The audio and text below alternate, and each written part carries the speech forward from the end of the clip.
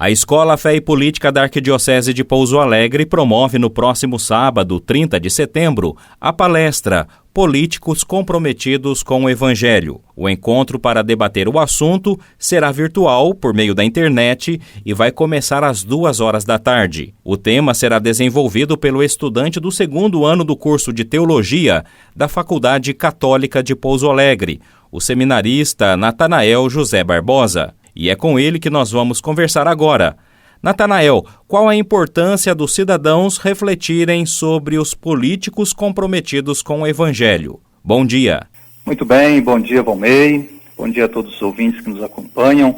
Essa importância, ela é dada justamente nesse compromisso sócio-transformador que o Evangelho nos compromete enquanto cristãos.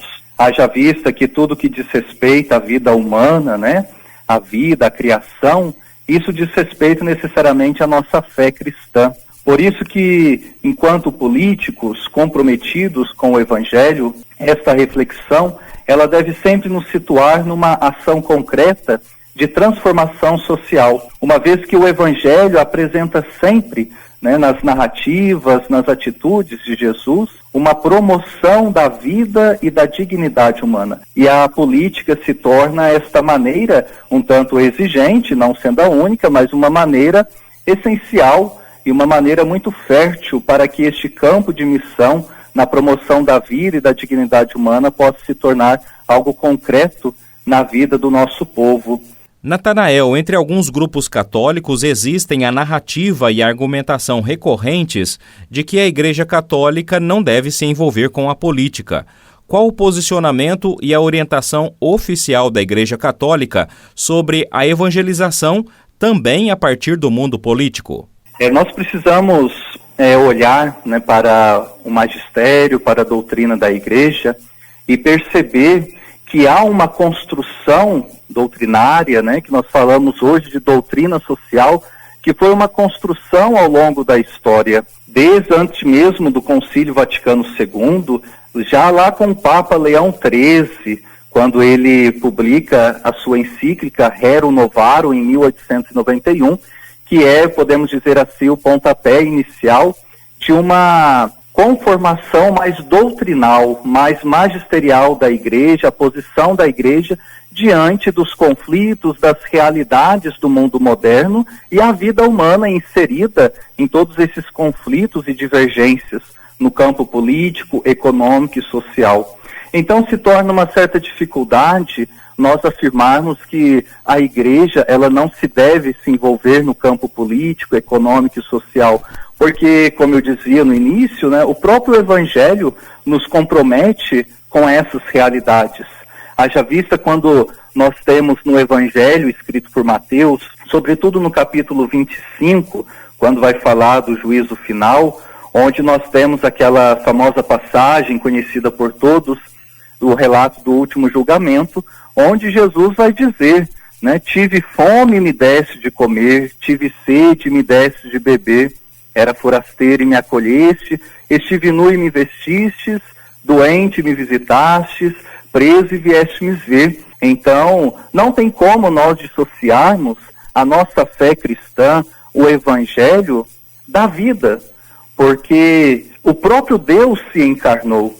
Desde Leão XIII até o atual pontificado do Papa Francisco, sempre percebendo que a Igreja ela tem um compromisso com a sociedade, ela tem um compromisso com o mundo moderno de dialogar, de apontar caminhos, de iluminar a ação do homem diante dessas realidades políticas, econômicas e sociais. Natanael, católicos que têm essa sensibilidade de envolvimento na política porque entendem ser uma missão evangélica são acusados e rotulados de comunistas.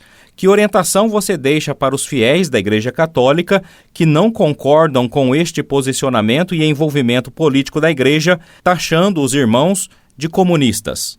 Eu acredito que nós precisamos estudar mais essas questões e essas realidades. Precisamos estudar por quê? Porque o próprio magistério, a própria ação doutrinal da Igreja, ela está permeada de preocupações sociais. Porque a vida humana, ela acontece dentro de uma história, ela acontece envolto a todas as realidades que nos circundam. Então, como que nós vamos pensar, compreender a vida humana, o ser humano, a quem? Separado da realidade do mundo, não é? Então, quando nós temos políticos, né, cristãos e cristãs que se inserem no mundo político, né, na política partidária, e buscam através da política essa promoção da vida humana, da dignidade humana e do bem comum, estão mais fazendo cumprir o Evangelho, o mandato do Senhor, né, aquele que veio trazer a vida e vida em abundância para todos, do que propriamente serem comprometidos com essas ideologias que muitas vezes nos rotulam, não é?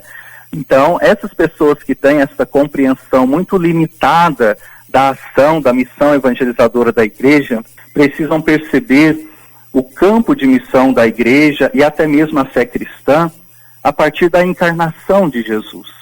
Então, a mensagem que eu deixo para esses grupos: leiam Atos dos Apóstolos, a comunidade primitiva, o início da igreja, a ação dos discípulos, dos apóstolos, né?